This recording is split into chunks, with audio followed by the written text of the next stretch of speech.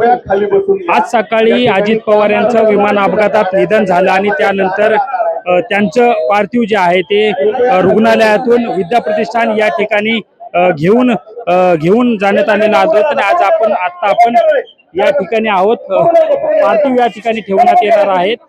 आपण जर पाहिलं तर कार्यकर्त्यांची मोठी गर्दी जी आहे ते या संपूर्ण परिसरामध्ये पाहायला मिळते। विद्याप्रतिष्ठानचा हा परिसर आहे आणि इथंच अजित पवारांचं पार्थिव हे ठेवण्यात येणार आहेत आणि इथं कार्यकर्त्यांना दर्शन घेता येणार आहे।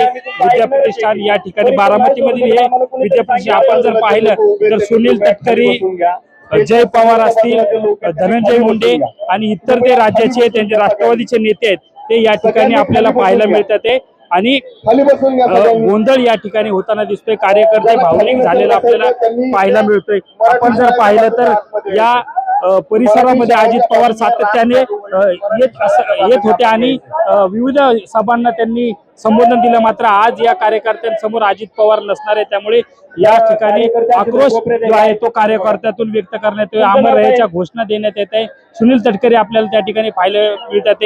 अजित पवारांचे बंधू श्रीनिवास पवार त्या ठिकाणी आहेत आणि ही अशी परिस्थिती जी काय आहे, आज पवार कुटुंबियावर शोककळा पसरली आहे। संपूर्ण बारामती आणि राज्यावर ही शोककळा पसरलेली आहे आणि त्यांचा अंत्यविधी जो आहे तो अंतिम दर्शन या ठिकाणी बारामतीकरांना नाही, राज्यातील इतर नेते जे येणार आहेत ते या ठिकाणी अजित पवारांचं दर्शन घेणार आहेत। अंतिम दर्शन घेण्यासाठी या ठिकाणी अजित पवारांचं पार्थिव जे आहे ते बारामतीमधील विद्याप्रतिष्ठान या ठिकाणी ठेवण्यात येणार आहे। काही वेळामध्ये हे पार्थिव जे आहे ते या ठिकाणी येईल आणि नंतर कार्यकर्ते बारामतीकरांना राज्यभरातील नेत्यांना या ठिकाणी अजित पवारांचं शेवटचं दर्शन जे आहे ते या ठिकाणी होणार आहे। त्यामुळे गर्दी झालेली आहे, मोठी गर्दी जी आहे ती या मैदानावर आपल्याला पाहायला मिळते।